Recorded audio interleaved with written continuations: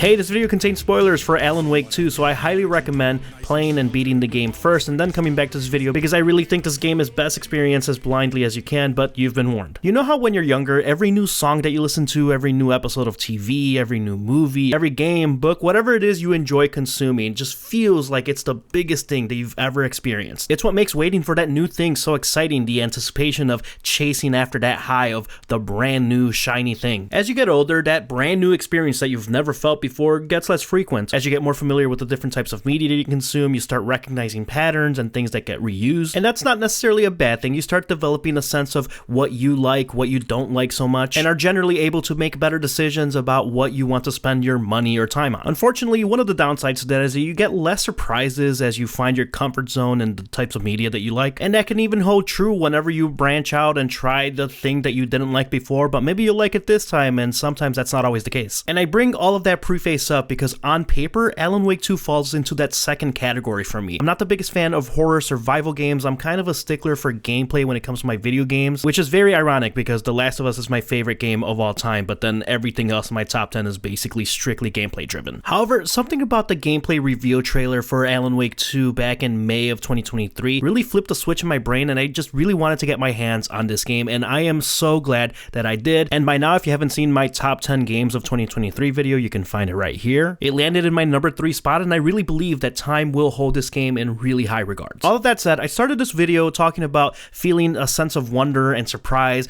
with new things when you were younger, because I think Alan Wake 2 did that multiple times for me in this game, but it also did it to the gaming space as a whole, and I think it's partly why it's currently holding 15% of all the 2023 Game of the Year awards, at least as of this recording. And the musical section of Alan Wake 2's initiation for We Sing perfectly encapsulates what Remedy was trying to do with this game and the risks that they're willing to take as far as swinging for the fences, but also just doing their own thing. By this point in Alan Wake 2, it's already been established that music is an important part of storytelling in this game via the end chapter songs. It's a really cool way of bookending the chapters, no pun intended, as it gives it sort of a TV series approach in a game that has already been blurring the lines of what type of media this is. Now, Remedy isn't the first gaming studio to incorporate music like this into its game, but it's always done in a unique flair that is definitely identifiable to them. In particular, I'm thinking about Control's Ashtray Maze. This time, however, Remedy Games full sends musical and theatrics in Alan Wake 2's We Sing. By this point in Alan Wake 2, tension's already building about figuring out how to stop Scratch, what's going on with the cult of the tree and the murders happening in town. Everything I know about video games, video game design, survival horror games screams that this is probably going to be the section of the game that everyone hates because it's so terrifying, because it's so difficult. And Remedy Games decides to throw the biggest curveball and sort of give you a little bit of a breath of fresh air with this full-on musical ensemble. Also, I love how Alan Wake's character says what the hell when the music starts. It's very self-aware. What the hell? From what I've gathered, you grew up nice and sheltered with mama's pretty stories and your own made-up feel. Okay, so that's kind of strange. It's a little bit of a curveball, and you're like, all right, cool, I get it. The music and the lyrics, it all makes sense in the context of the story. You find the TV at the end of the first section, you're like, all right, cool, it's over. We're gonna get back into the normal spooky dooky stuff. Nope. Chuck Testa. But no, the second act I think is where this genius starts really coming together, because the game says, actually, how about an assault on your senses? Because we're also throwing in the combat, we're bringing back the horror elements, you got all this music playing, and you have to do the puzzle solving with the light that you were doing before. You do all of that as the music and the live action video progresses as you progress through the level, and it's just really a stroke of genius in both storytelling, in musicality, in horror elements, and it all very easily could have gone wrong because you're trying to do a bunch of things to the player at once. You're trying to disorient the player, but also guide them and lead you in the right direction. That's where Remedy really kept in mind that this was still a video game and made sure that the music sections were sort of keeping a consistent rhythm that wasn't getting too annoying as you were trying to figure out where to move next. Okay, cool. So if you're like me, you're like, oh my god, I'm going in circles, but you finally figure it out. You get to the TV and you're like, okay, this is actually it. I figured out the puzzles. I'm gonna get out of here, and here's the TV. Let's swap levels. Got him!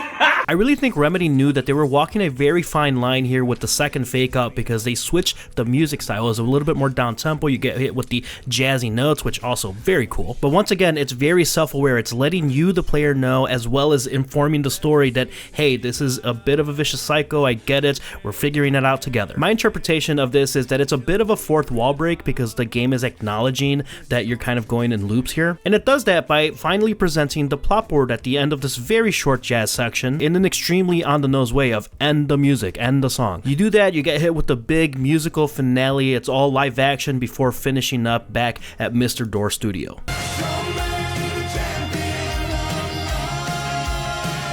Man, this was really a cool section. I really love this section of the game. It might have been my favorite gaming moments of the year, especially because I love music as seen by all my musical shorts. But the more and more I think about this section of the game, the meta commentary is absolutely insane. The way that it's approaching storytelling, the way that it's doing its musicality, the song itself is super catchy and really well made. But by the time you get to the end of the game and you discover that Scratch was the one that was actually released and not the actual Alan Wake, the lyrics really come together. Show me the champion of lights, I'll show you the herald of darkness. I mean, it's a little on the nose, but it all really starts coming together. The whole idea of Alan Wake creating his own monsters, basically being stuck in this cycle or spiral. Nice job, team. But more than that, making you feel like you're part of the play, because the game is all about how the story has already been pre-written, but you can actually change it yourself. It just works on so many different levels. And then when you throw in the actual sensory overload things and the interactivity of it, it really is a stroke of genius. I don't really know how else to put it. Kudos to the Remedy team, everyone that worked on the music, who worked on the sound design, who worked on the game and level design. It all worked super well, and it's not just this section in the game, but I think it really highlights what this game is trying to do in its approach to arts and music and storytelling and video gaming as a whole. It works so well. It deserves all the praise that it's getting, and you should absolutely go play this game if you somehow watch this video for some reason without playing it first. That's it. I just wanted to gush about this section of the game in Alan Wake 2 because I really, really loved it, and I love music, and I love the music and all of that. It all works super well. Thanks for watching. If you like this video, give it a thumbs up. Consider subscribing. I am Danny with the DMGT. I'll catch you next time. Again and again until I figure it out to bring this song to its end.